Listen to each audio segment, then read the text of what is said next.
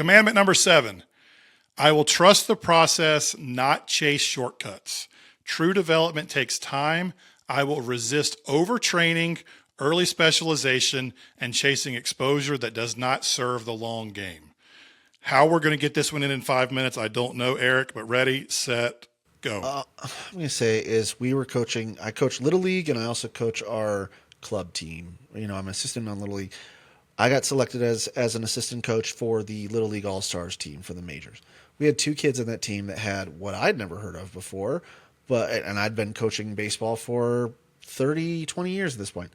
Little League arm. I was like, what are you talking about? Oh, that's just an overuse arm injury because they are throwing junk that they shouldn't be throwing and throwing too much and everything else like that. We've come up against other teams where they are throwing kids 100 pitches per weekend and other things like that. It's like these kids are going to get hurt.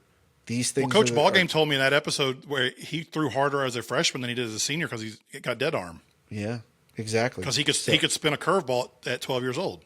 And that's the thing. So it's like taking shortcuts now to win is not going to work out. And I think, you know, you could probably repeat what you were saying at the end of the last one, where it's like, if you're taking shortcuts now that aren't built on a solid foundation of hard work, hustle, you know, even fundamentals. That's why we teach fundamentals. It's like, yeah, the kid I just talked about swinging for the fences, he's hitting home runs with a bat with a compression that is graded way better than high school or anything else. And so when he gets to longer fences and a more compressed bat like he'll have in middle school and high school, he's not going to be hitting home runs. That drop from middle school to NFHS is going to be a big deal for him. For real. Like we're swinging U-trip bats now. You go to BB Corps, that's not going to happen. I guarantee it.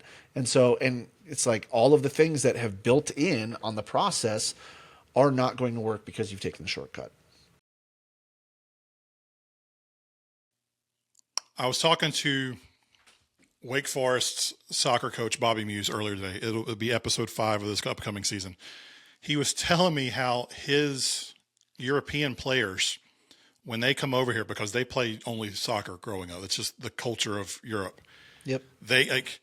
He said they can't even swing a hammer because their hand-eye coordination is so undeveloped because all they've done is kick soccer ball. They swinging a bat, trying to hit a ball in a batting cage, he says, is one of the funniest things in the world. Part of us as parents is doing what's best for our kids long run.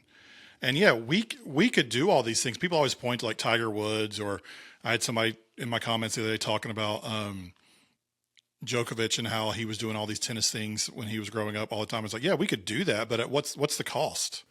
Right. Like the chances of them getting to that high level college or professional is so low to begin with. Like if we over specialize so young, like what are we doing? And Djokovic is a perfect example. Have you ever seen him in an interview? Have you ever seen him do anything like stuff where it's like, I just want to get back to my house and work with my cows? Well, he has spoken out against early specialization as well. Like so many of these, you look at Tiger Woods. Tiger Woods was like, he's another example. But if you look at how he is training Charlie, his son, like he's not pushing his son the same way his dad pushed him because he recognizes the downside of early only specialization at high levels. And how much time do I have? I got a minute. Crap.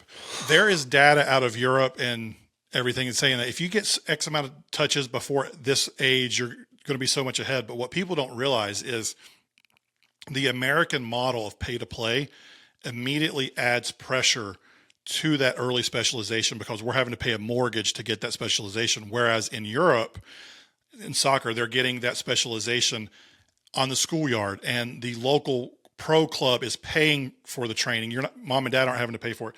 If you go to the Dominican, those guys are going to academies paid for by Major League Baseball. So the pressure of parents isn't there. They're playing stickball out in the road. It's not all formal training that costs thousands of dollars.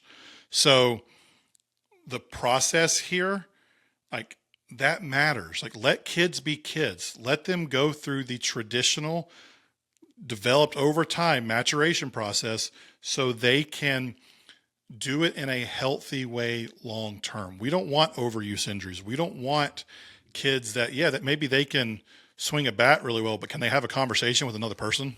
Right. I just had a conversation with somebody that said, "Hey, the best player in our high school that went on to college or everything else like that, it's like, oh, she's a manager over, or she's a waiter over at, insert local restaurant."